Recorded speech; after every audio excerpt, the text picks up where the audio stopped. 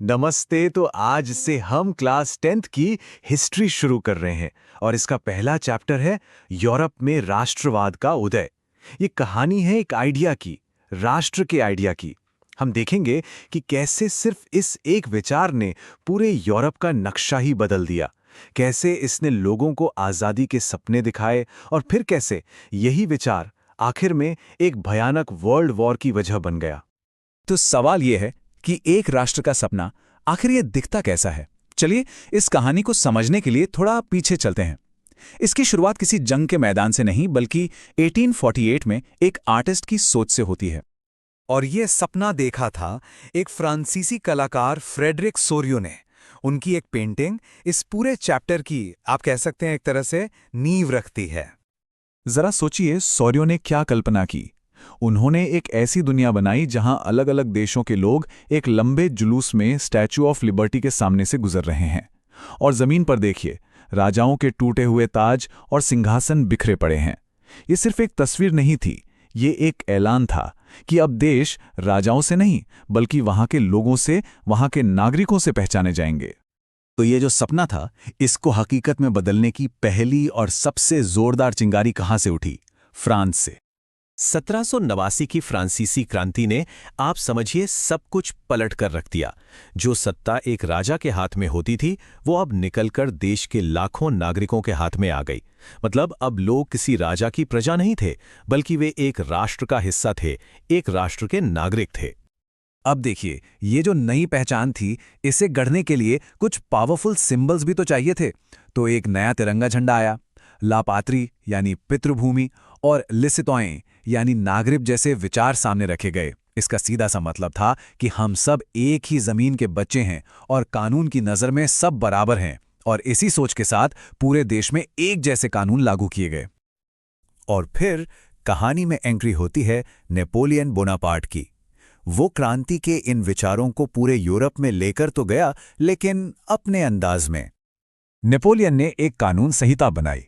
उसने सामंती व्यवस्था को खत्म किया, कानून के सामने सबको बराबर बताया और संपत्ति का अधिकार भी दिया।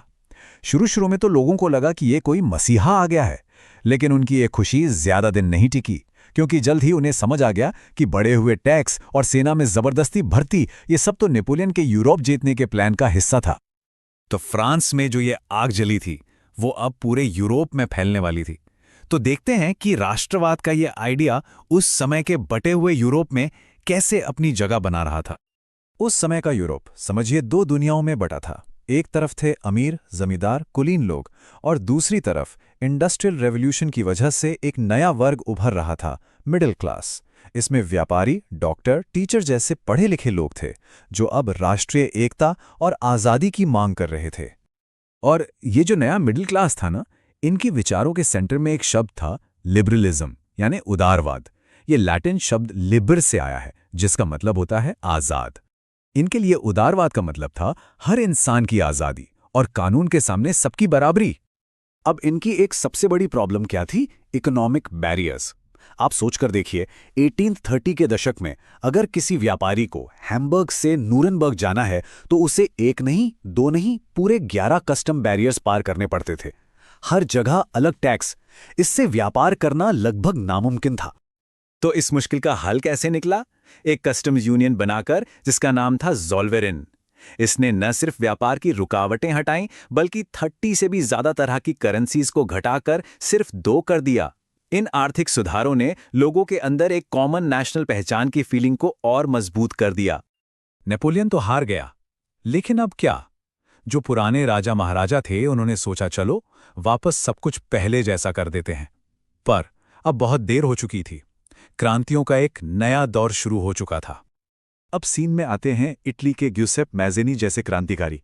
ये लोग सीक्रेट सोसाइटीज बनाकर राजतंत्र को चुनौती दे रहे थे। उनका सपना था एक राष्ट्र राज्य का।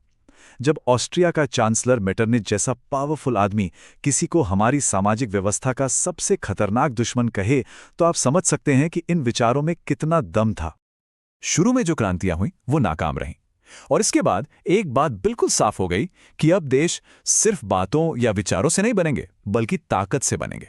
और ये जिम्मेदारी अब उठाई राज्यों ने, जिसका रास्ता अक्सर जंग से होकर गुजरता था। जर्मनी को एक करने का काम किया प्रशिया के chief minister Otto von Bismarck ने। उनकी पॉलिसी सीधी थी, ब्लड एंड आयरन, यानी खून और लोहा, जिसमें सेना की ताकत का जमकर इस्तेमाल हुआ। वहीं दूसरी तरफ इटली के एकीकरण के पीछे काउंट केवूर का तेज कूटनीतिक दिमाग था। लेकिन कहानी में अब एक बहुत डार्क, एक बहुत ही खतरनाक मोड़ आने वाला था।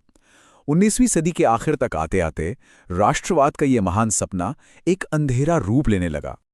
ये जो राष्ट्रवाद का जुनून था, अब वो अपने देश तक ही सीमित नहीं रहा। ये दूसरे देशों पर कब्जा करके अपना साम्राज्य फैलाने की एक होड़ में बदल गया। और इसी आक्रामक सोच को हम कहते हैं साम्राज्यवाद। और इस नई दौड़ का सबसे बड़ा अखाड़ा बना बाल्कन इलाका। इसे यूरोप का बारूद का ढेर भी कहा जाता था। जैसे जैसे ऑटोमन साम्राज्य कमजोर पड़ा, यहाँ के नए नए आजाद देश जमीन के लिए एक दूसरे के खून के प्यासे हो गए। मामला और भी ज्यादा बिगड़ गया जब यूरोप की बड़ी बड़ी ताकतें रूस, जर्मनी, ब्रिटेन, ऑस्ट्रिया, हंगरी सब इस खेल में कूद पड़ी। हर कोई बाल्कन में अपना कंट्रोल चाहता था और इसके लिए किसी न किसी गुट का साथ दे रहा था। और यही कॉम्प्लेक्स सिचुएशन, राष्ट्रवाद का ये आक्रामक रूप, साम्राज्यवाद की ये भूख और ये सैनिक गठबंधन, इन्हीं सब ने मिलकर उस चिंगारी को हवा दी जो 1914 में पहले विश्व युद्ध की आग बन गई। तो ये कहानी हमें एक बहुत बड़े सवाल के सामने लाकर खड़ा कर देती है। वही राष्ट्रवाद जिसने लोगों को आजादी का सपना दिखाया, उन्हें एक किया, आखिर वही दुनिया की सबसे बड़ी तबाही की वजह कैसे बन गया? तो क्या राष्ट्रवाद जोड़ने वाली ताकत है या फिर तोड़ने वाला एक संघर्ष?